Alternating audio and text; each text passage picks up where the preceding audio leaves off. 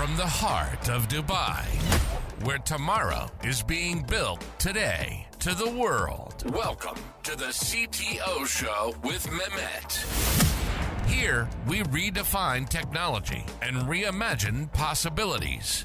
With Mehmet, delve into the riveting realms of AI, cybersecurity, and digital technology.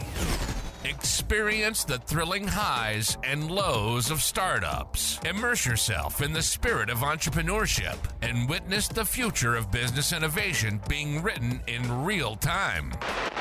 Now, without further ado, let's tune in and explore the future. Hello and welcome back to an episode of the CTO Show with Mehmet. Today I'm very pleased joining me from Boston, Matt Zarracina. He's the CEO and co-founder of True Tickets. Today we're gonna discuss a little bit a topic that I didn't cover much, mainly related, of course, as you can imagine, to ticketing problems. We're gonna talk about like shadow audience. We're gonna talk about also building SaaS inside the legacy industry, and maybe a couple of other topics as much as the time will allow us. But as usual, what I like to do with all my guests, Matt, is I keep it to them to introduce themselves. Tell us more about you, your background, your journey, and what brought you to start building True Tickets. No, Mehmet, thank you for having me. And obviously, it's a little bit warmer probably in Dubai than it is in Boston. So, a little bit about my background. It's a bit eclectic. I grew up in rural Minnesota. So, Minnesota, for those who aren't familiar with the United States, is essentially middle of the country, but as far north as you can get. So, we definitely experienced all four seasons there. I did my undergraduate work or university work at the United States Naval Academy. I was then a helicopter pilot based out of San Diego, California for about 4 years. After that, I transferred to Cornell University where I taught for a bit. I did my graduate work there. So I have a master's degree in systems engineering as well as an MBA. After college, after graduate school, I was trying to figure out what I wanted to be. So I actually went into consulting. I was a mergers and acquisitions consultant for Deloitte for about 6 years. I had done some innovation work at Deloitte, and I really liked it. And fortunately for me, I was able to find a job in Boston, which is where I am now. My wife was working there at the time. That's now where my family is, with a French aerospace and defense company. Some of you all may be familiar with, called Thales. So I worked their corporate innovation arm. So as a director of innovation with this group called Explore. And there I led their blockchain project. I led their autonomous vehicle project, as well as a couple other things. And that's where we kind of stumbled upon True Tickets. I left Thales in May of 2018 to be CEO of True Tickets full time, and I've been leading True Tickets ever since. So it's been quite a journey, and like I said, my background's probably not a little bit atypical to most of the founders you talk to in tech. Absolutely, and it's a very rich background, Matt. And I'm sure you build this ability to spot shortcomings, I would say, and then try to solve them. Being with the whether at Deloitte or with Thales. So, what was the main moment that you looked at the ticketing systems, in the US and maybe globally, and you saw like, what, it's something that is being broken for a long, and it's time to build something new. So I like to hear these original stories, Matt. So yeah, the origin story for me is an interesting one, in that it was a bit of an evolution on my own. So I didn't walk into Thales as a director of innovation and think, hey, I'm gonna learn about technology or emerging technology and build a solution for ticketing's problems.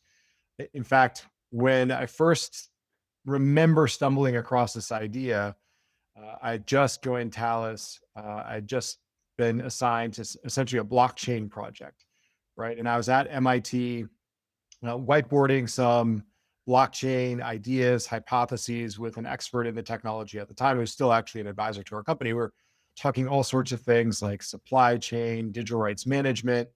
And this was back in January of 2017. So shoot, almost 10 years ago, coming up, I guess, almost 9 years ago. And we stumbled upon ticketing. And in about 60 seconds, Thomas and I whiteboarded, hey, blockchain and ticketing, this could be an interesting fit for this technology. And honestly, I left it at that.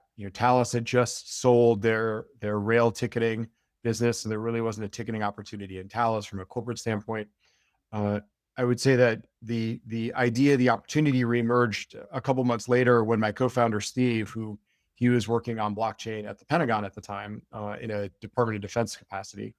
He and I were working together, but he sent me a white paper on ticketing and blockchain, and I read it, and I recalled the conversation Thomas and I had at MIT, and that really started the ball rolling for me when it came to kind of what True Tickets is today. And look, I'd say we're guilty as anybody of kind of being fascinated by a technology and trying to find, we've got a solution, so we're trying to find a problem to fit our solution. Fortunately for us, we were able to learn a lot on our blockchain journey and ticketing and identify a very credible business opportunity that's what True Tickets is today. Great. And like it's always fascinating to learn these stories and the origins of why a company started it. Now the next, which is something I'm sure a lot of us might heard about, the problems that happens in that sector, let me call it. So I know for a fact, for example, that venues usually um they have the problem of like who is buying the ticket, and the guy who bought the ticket is actually the guy who came, probably because someone is trying to either to sell it at a higher price, or I think they call it also like shadow audience. Mhm. So if we can define the problem more, I would say, Matt, what that would be like. I mean, if we want to draw the image that majority of the maybe venues, event organizers, they have before, of course, you came up with the solution, which is like True Tickets. Yeah, it's look, it's good to define it, right? And I think one of the things that startups always struggle with, and look, we struggled with it to a degree, is how do you articulate the problem you're solving in a clear and concise manner? And we've been on that evolution for eight plus years now.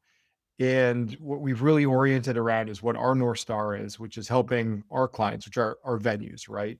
Live event organizations. And that could be arts, theater, uh, even though we're not in sports, it cascades and broadens to sports.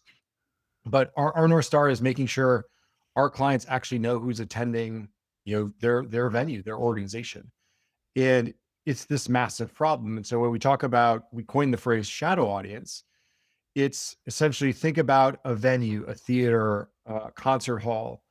Most of them know one third of the people who walk through the doors, right? So when you're looking at an audience of, let's say, 3,000 people viewing a show for Hamilton, the venue actually probably only knows about 1,000 of those 3,000 people. So you think about that as an opportunity. There's 2,000 people in those venues viewing that content that they don't know.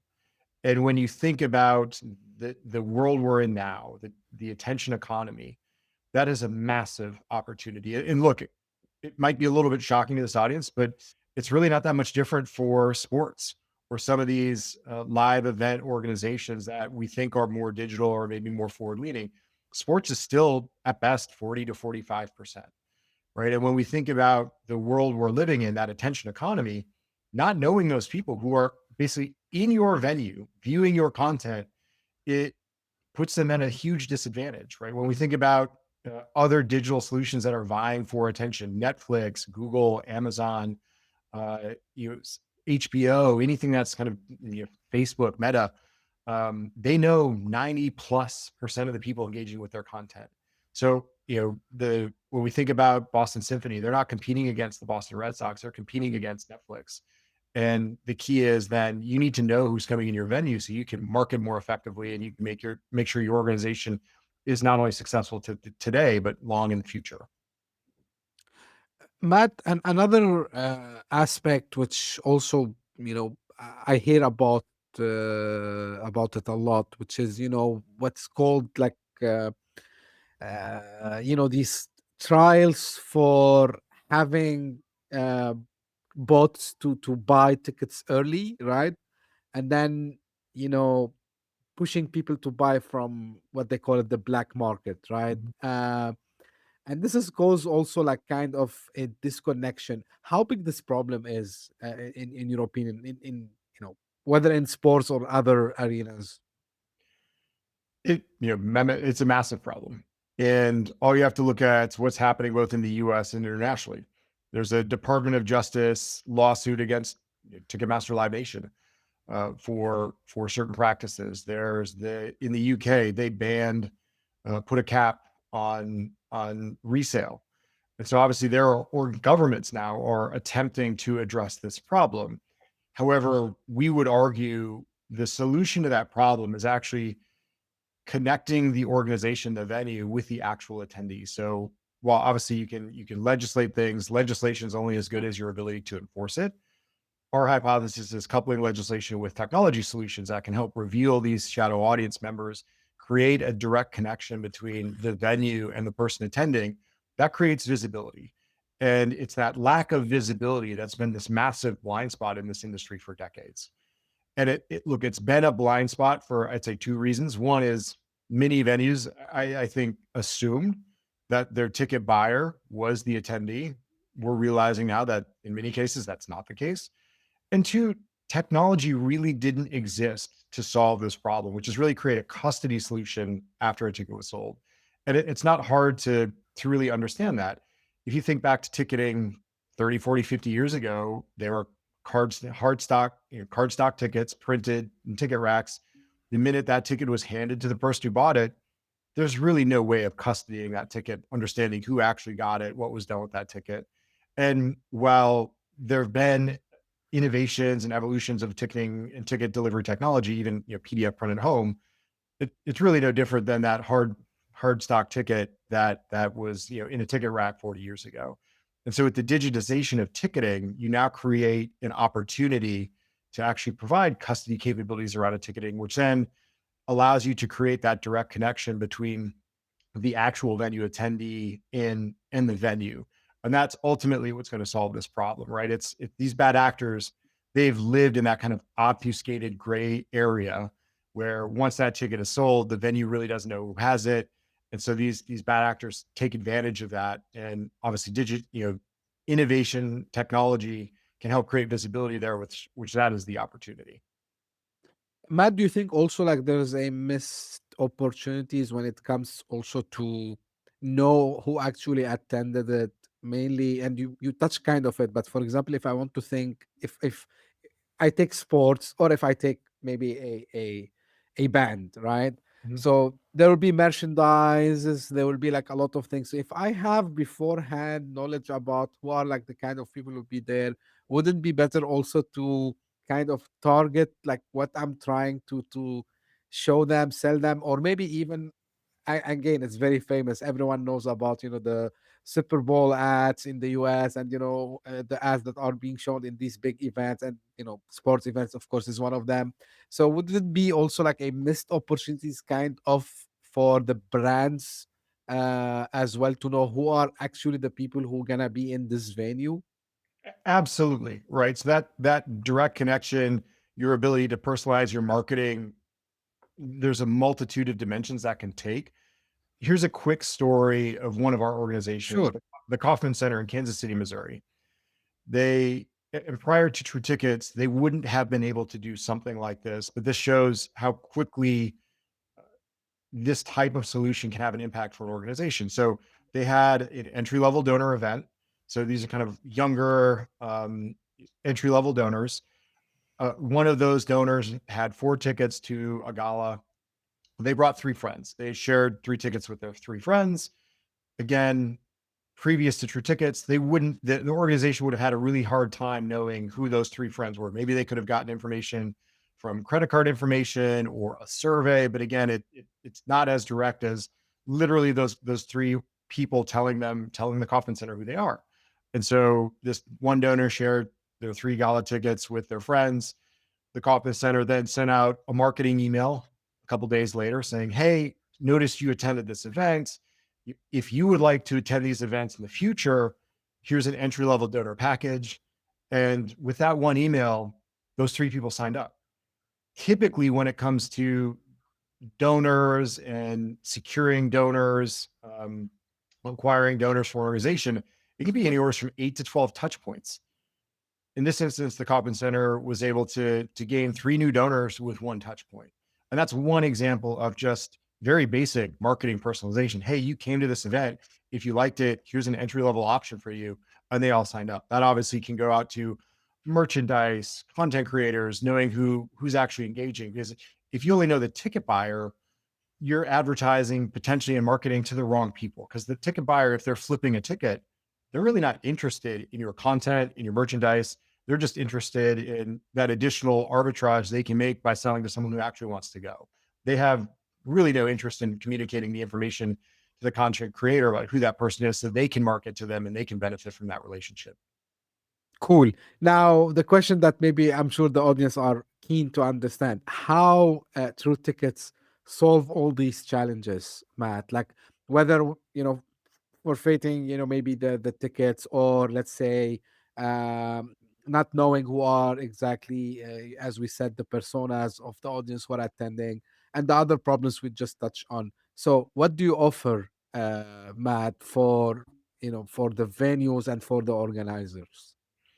So for the venues and the organizers, what we've created, and look, this is one of our big learnings. When we started True Tickets in 2018, we actually built essentially a basic ticketing system. We had an app. We built it on a blockchain protocol called Hyperledger Fabric. And we were really searching for a fit, right? We were throwing spaghetti at a wall. We had done in 2018, I think 7 or so different events, sold 1,500 tickets or so on chain. It was 20,000 in top line revenue, top line revenue, nothing earth shattering. But back in 2018, we were one of the first to I'd say, provide a blockchain enabled solution to the market. And it really was this serendipitous conversation at a conference I was at in November of 2018 in Miami. We were at a ticketing conference. Our focus at the time was obviously trying to talk to sports leagues, teams, bigger organizations, bigger venues. And there was a side conversation I had with a woman at the Adrian Arts Center. And for those of you who don't know, the Adrian Arts Center is Miami's performing arts center. And they have touring Broadway, so Hamilton comes there. And she asked me a question. She said, "Hey, I hear you're doing something blockchain and ticketing." And I said, "Yeah, we have this app." She goes, "I don't want your app." I said, "All right, what do you want?" She goes, "I want you to figure out how to plug your technology into my ticketing system to make my ticketing system better." And that is the evolution of True Tickets. So we are a custody solution.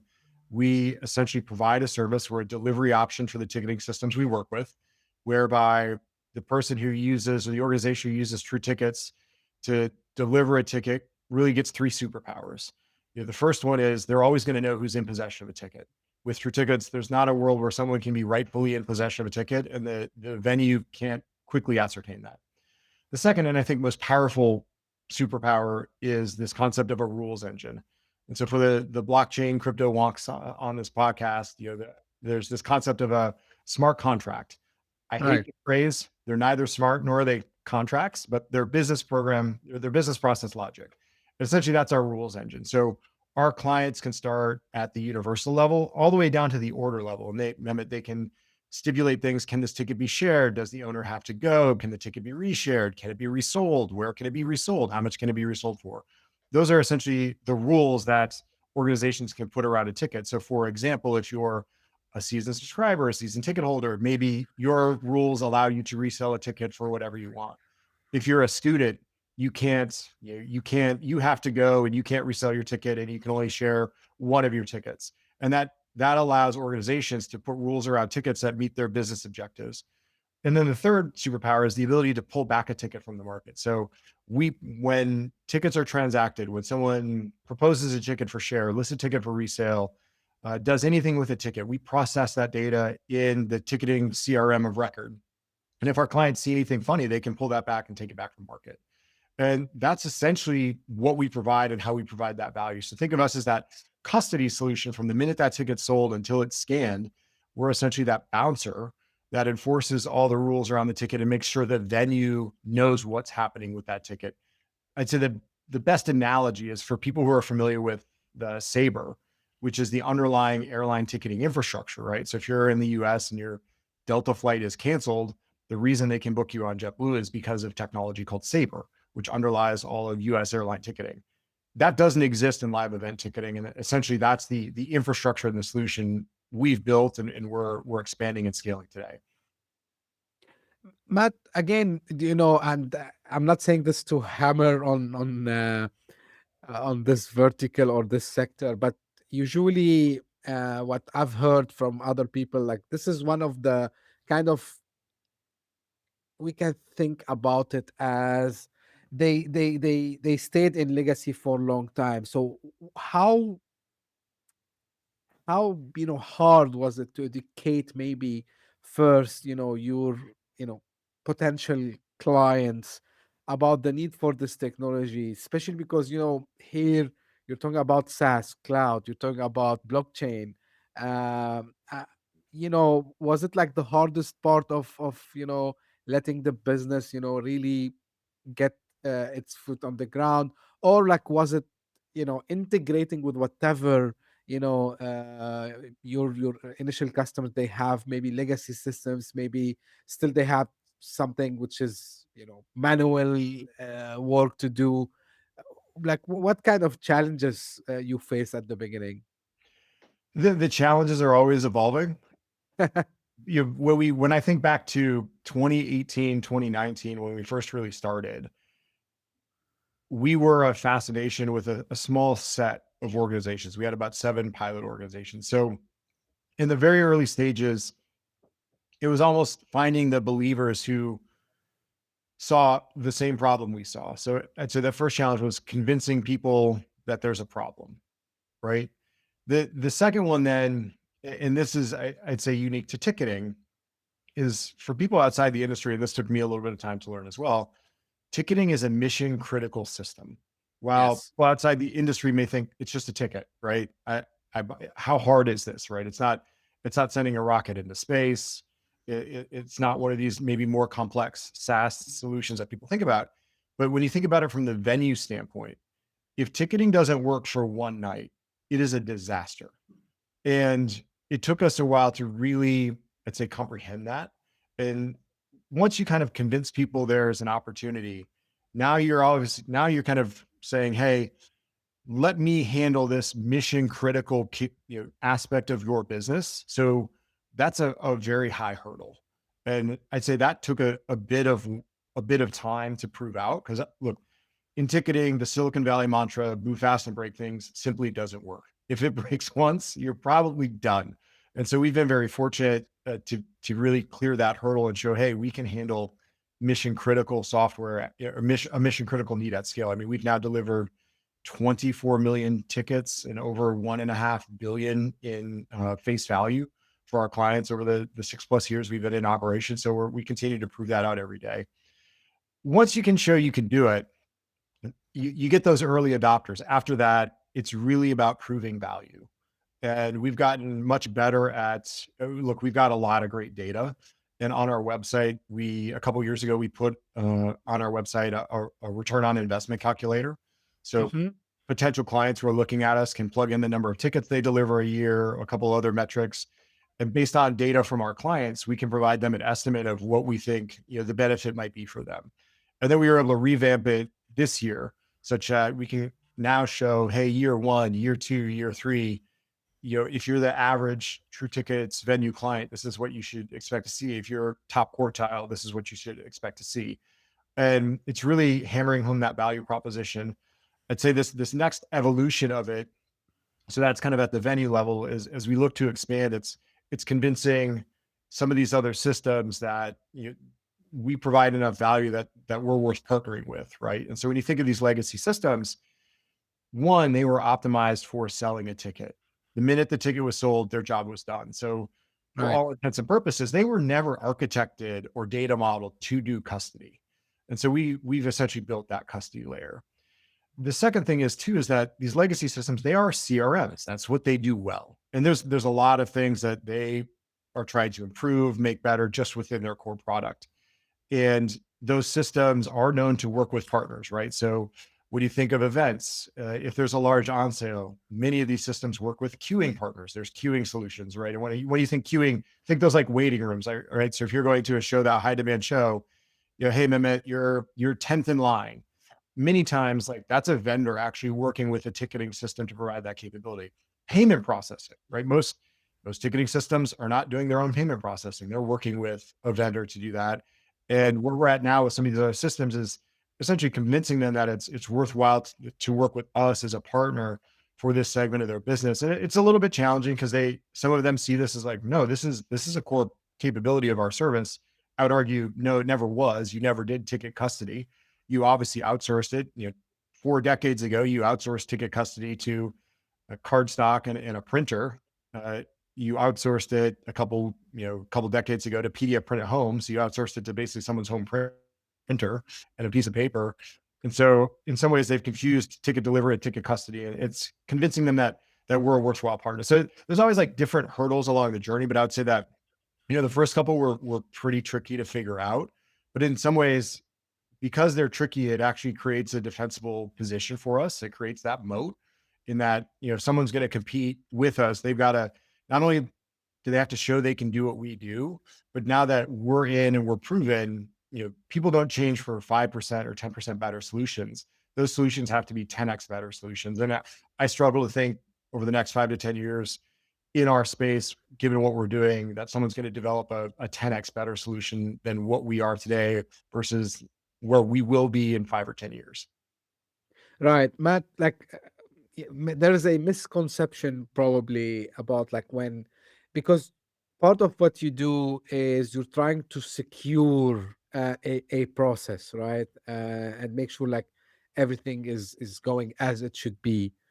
Um, and usually when you do something like this, sometimes we might have some frictions. Like this is something we know in security usually, right? Were there a moment where you needed to do kind of a compromise between like keeping, the flow as easy as possible for the end user, um, just, to make sure that they will not feel any frictions, or like, you manage to get everything to be secure as it should be, and at the same time without affecting the user experience, I would call it. Yeah. Look, that's the tricky balance we've figured out to a degree, and we're continuing to figure out is I like to refer to it as creating optimal friction. And when you think about True Tickets, the secret sauce in our service is we make patrons or fans tell venues or ticket issuers who they are. Inclusive of that definition is some level of friction, right? So if your ticket was just a magic link, like a link I WhatsApp you, Mehmet, and you click it and a ticket shows up, that's frictionless. But in that instance, the venue is not going to know who Mehmet is. And Right. what we've always started with is that North Star, right? It's all about the knowledge of the actual attendee.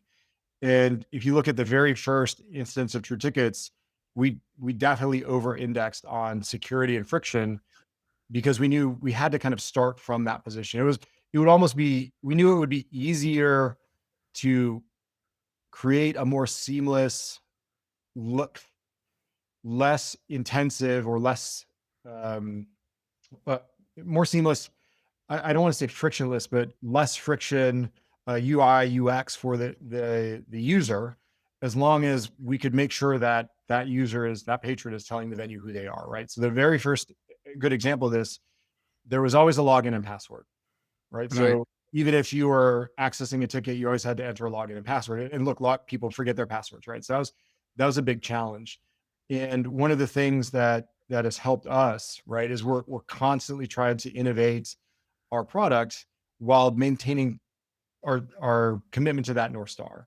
And so, for example, we were able to build out a capability, login without password, right? So now people can get a 6-digit code emailed to them. So if they don't have their password or they forgot it or they don't want to use it, it's not on their phone, they can say, hey, send me a 6-digit code via email. We're in the process now of building that out via SMS. So you can see how we're constantly working to improve the patron experience while also being true to our value proposition. Because we also know too, the minute we build something where we're no longer providing our venue clients the knowledge of who's attending their organization, we we're no longer any different than any of the other basic solutions out there.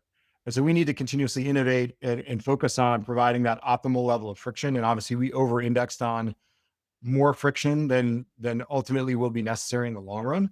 But we felt it's easier to start from there. And if we can prove out our initial success there, and we can figure out how to make the journey less cumbersome for patrons and venues, then we'll just be even more successful. And that's one of the things that I think we figured out well was, hey, what's a good starting point from kind of the most friction or the most minimum, the maximum level of acceptable friction that venues and patrons could accept, and then work back from there without sacrificing on our value proposition. That's been an absolute challenge because that value proposition is really what is core to our success. So we can't sacrifice on that, but we're continuing thinking through ways where can we just make the process more intuitive, more seamless, more accessible with our patrons, for our clients, so they can benefit more and more at scale. So it's just keep enhancing the customer journey in a Mhm. nutshell. Yep. Uh, from your perspective, and you've been doing this for quite some time now, Matt. What do you think is the next frontier? In this space, I can imagine there's a lot of data now, and you have the blockchain element in it. So is it like real time personalization? Is it like more in depth analytics? Is it like, and maybe some people who might listen to a couple of the uh, blockchain related episodes that I have done before with some of my guests. So is this a monetization element there, like maybe a loyalty that comes through, maybe a token of a sort to the people who attend there? Like, what could be the next frontier? I would say all of the above. And I think it's best to be open to what what that opportunity is going to evolve into. One thing I want to be clear about is, while we started with Hyperledger Fabric and blockchain, and I think at at most we had 6 of our clients on our blockchain based service. We deprecated that in April of 2022. So we no longer leverage Hyperledger Fabric. Hyperledger Fabric is not a token based solution. It's essentially a generalized data type distributed ledger technology. So it's not token based. That said, our learnings with building a production level scaled solution on Fabric absolutely inform everything about the True Tickets product today, which gives us a significant advantage over others who maybe just kind of look at our product on a cursory level and think, oh, we could build that. They're not going to understand the why behind the what and the how. And I think that's a key differentiator. But from a data standpoint, I mean, Matt, you're absolutely right. There's Our clients now have all sorts of real-time behavioral data. When are people listing tickets for resale? When are people accepting tickets for share? When are they engaging in their wallet? And could I see all of that feeding into personalization and much more optimally timed marketing around both when and what you market to someone to drive behavioral changes? Absolutely. Uh, am I smart enough to know now what those are going to be? Not necessarily, but I think if you're a data driven marketer, this is going to be you're going to be a kid in a candy store, because just the amount of data and the amount of A/B testing you can do. Exactly. When do you kind of propose a call to action for this patron versus this patron, and what does it do? What does it drive? I think it's going to be key. In fact, we've entered into a collaboration with, in the art space. There's a marketing organization called Capacity Interactive, and we have a mutual client, the National Ballet of Canada. And one of the things that I'm excited about this year is we're going to really start to dive into some A/B testing around these new to file, these revealed shadow audience members, right? So think the thousands of people that the National Ballet of Canada is now going to know because of True Tickets. What can we try from a marketing standpoint to say, hey, how can you most optimally market to them? The vast majority of our clients today are simply, and this is not a knock on them, this is actually what they should be doing, are taking those new to file, putting them in their standard marketing funnel, and they're driving. I mean, we've now delivered almost 1 million new to file to our 100+ clients. Those million new to file have gone on to purchase tens of millions of tickets, Wow. generating significant incremental revenue. But aside from just kind of putting those patrons in your standard marketing flow, is there a more optimal way to market to them? And that's one of the things that I'm really excited about, how that collaboration with Capacity Interactive and National Ballet of Canada is going to work out in 2026. I look forward to sharing those results with our partners and the community more broadly. Great. And this is maybe a related question, because you've got the trust of some of the iconic venues already in the US, and you just mentioned now in Canada, like Royal Ballet, Roundhouse, Boston Symphony Orchestra. Anything you have done outside of the US, or let's say North America yet, Matt? So we're live in 4 countries. So we're obviously primarily our largest partner right now is the Testura ticketing system. Testura serves about 900 venues or so around the world, but primarily English native speaking countries. So Hmm. we're also live. We're in the UK, we're in Canada, we're in Australia, we're in the US. What that means for True Tickets more broadly, obviously, look, you're in Dubai. There's a massive opportunity for international expansion. There are obviously complexities regarding internationalization and localization of a product and a service. And so it's seeking out those opportunities as they reveal themselves to us. That said, even with kind of the core English speaking markets that we operate in, we have a fraction of the market share that I think we should. So I think there's a massive growth opportunity in those markets alone. For example, we have one client in Australia. There's dozens of clients who I think would benefit from True Tickets. In the UK, we have three. Again, dozens, if not hundreds, of clients in the UK that could benefit. In the US, we've got 90 or so, but again, probably thousands. Canada, again, we've got about a dozen, and there's hundreds. So I think there's still a massive opportunity for growth just in core markets for us. But obviously, the problem of ticketing having been primarily transactional and moving to a more relational solution, right? Cultivating audience. That's something that scales and applies globally, right? So there's a global need for this type of capability. Anything related to AI, Matt, that exciting you? Like, of course, it's kind of a cliche questions nowadays, like asking about like how AI can be utilized. Like, anything you can share on that?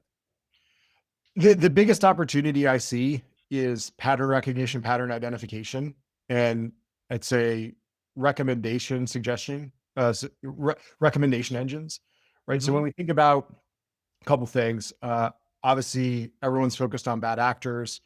So as we proliferate our service, as we get more data, being able to apply AI to train it and teach it to help our clients understand which of those ticket buyers may be a bad actor, right? Which of them have a high propensity for fraud or chargeback, where they should maybe proactively reach out or even take the ticket back. Obviously, when you think about getting into resale, there's the whole concept of pricing engines, as well as we talked about it a little bit with the National Ballet of Canada and the Capacity Interactive collaboration we're undergoing. What does that mean from how you should market to patrons? And I think there's a whole slew of things that AI could address, but I think it's around obviously the marketing, the fraud detection, and the pricing piece. I would say those are probably the three key opportunities where AI could generate significant value, and we're excited to explore those. Obviously, we're building out that data foundation now. I think it's a pretty big opportunity for us in 2026 and beyond. Great. I gotta, as we are almost coming close to the end, I gotta ask you a question not related mainly to the business, but Yep. more about your journey, Matt. So, the transition you did, from different roles, especially like consulting, being a startup founder, and now you're in a scale up and scaling phase, because a lot of other to be founders, they have this kind of, I don't call it doubt, but they overthink and they say, "Oh, like I've been a consultant." Usually consultants are looked at like not as good founders. Like the good founders comes from a specific, they have other traits that maybe I don't have as a consultant. And even like recently, the word consultant itself, it became like kind of have a lot of question marks f- for reasons we might all know. But truly, what kind of some lessons you can share for some folks who might be in consulting today? They have a vision, they know that there's a problem they can solve. They have the know-how. Of course, they might need maybe a technical co-founder with them. They might need like some people to help them, maybe advisors, mentors. But this transition for you, what like the main lessons you can share with fellow founders and entrepreneurs? Interesting question. For me, the advice I would give anyone who's considering it is do what you need to do, learn what you need to learn to get you to a point where you feel you're ready to take on the challenge. So for me, when I was in consulting, I like to joke that consulting is a halfway home for the professionally undecided, in that you go into consulting because you really don't know what you want to do, and you want exposure to a lot of different experiences. And I was very fortunate at Deloitte. I got that. But when I was at Deloitte as a consultant, I felt I was, and this is kind of an American colloquialism, but a jack of all trades, a master of none. I knew a little bit about a lot of things, but I didn't feel that I had any particular depth, at least in fields that I was interested in exploring, to a point where I could say, like, hey, I could sit down with someone and say, I want to build this business. And look, they're not going to laugh at me. Right. Uh, and so for me, I felt if I wanted to build something, which that was one of the things that the innovation work I did at Deloitte revealed to me was a desire to do something like this, was how can I go get more experience before to make sure I feel ready? And that was my opportunity with Talus. And if consulting is a halfway home for the professionally undecided, corporate innovation's a halfway home for startup wannabes, right? So you go into corporate innovation because you want to play in kind of the startup world, the startup community, but you still want your six-figure salary, you want your 401k match, you want your healthcare, but it kind of lets you moonlight in the startup world. And my rationale for taking the position at Talus was it was really an opportunity for me to take a couple years and just explore the startup world and see if I could find an opportunity that I felt ready to go do. And then True Tickets, obviously we were incubating it on the side, and really the forcing function for me there, because obviously I really enjoyed my job with Talus. It was a really interesting and fun job. Was corporate innovation jobs are one of those line items for many companies that if they're under expense pressure or anything like that, it's a pretty easy line item to remove from the budget. And so in January of 2018, and Steve and I and Thomas had been incubating kind of the True Tickets idea for about a year at that time. Talus reorged their innovation group, and my group was essentially not going to have a home. And it was, either, all right, hey, this is the time to go found True Tickets, or I was going to become a senior director of airport security sales. And that was that forcing function that said, all right, you've always wanted to do this. I felt that I was capable enough to give it a shot. And look, I would say looking back on it, do I think I was capable or should have been more capable? I think any founder is going to tell you they were naive. And I think naivete is part of it. But Mhm. that was my journey. And that's what anyone who I would say is interested in starting their own thing, don't feel that you need to be, an undergraduate university dropout. Don't feel you need to be technical. But what I would encourage anyone to do is make sure you're building up your skill set, your capabilities, and your confidence level to a point where you feel that you're as ready as you can be to make that jump.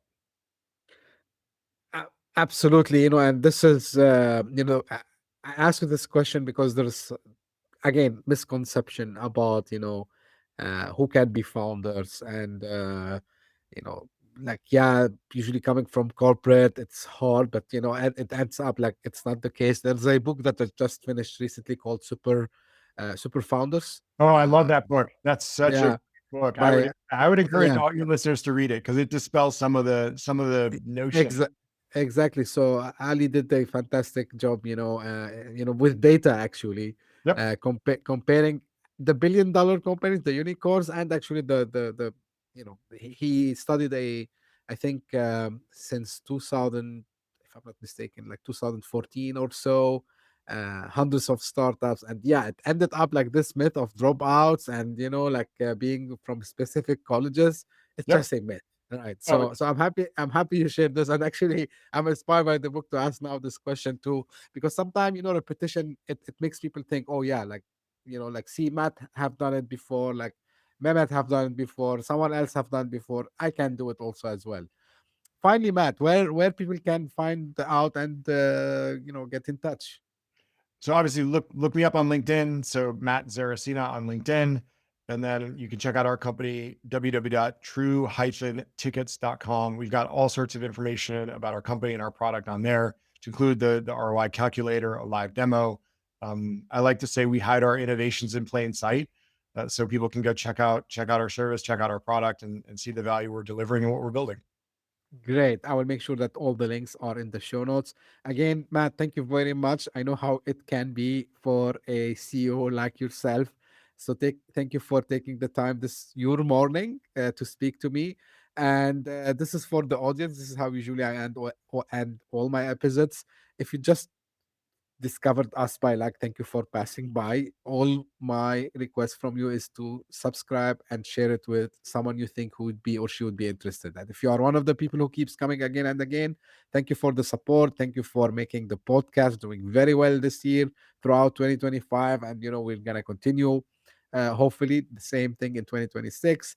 Also, maybe you have noticed like we have a new cover artwork. So just we came out. I think it was about time the podcast 2026 it will complete 3 years. We're going to enter like season 4. So thank you very much again for everyone who support this podcast, and as I say always, stay tuned for a new episode very soon. Thank you. Bye bye. Hit that subscribe button, share the show with your tech-savvy friends and fellow entrepreneurs, and leave us a review on your favorite podcast app. Your support means the world to us.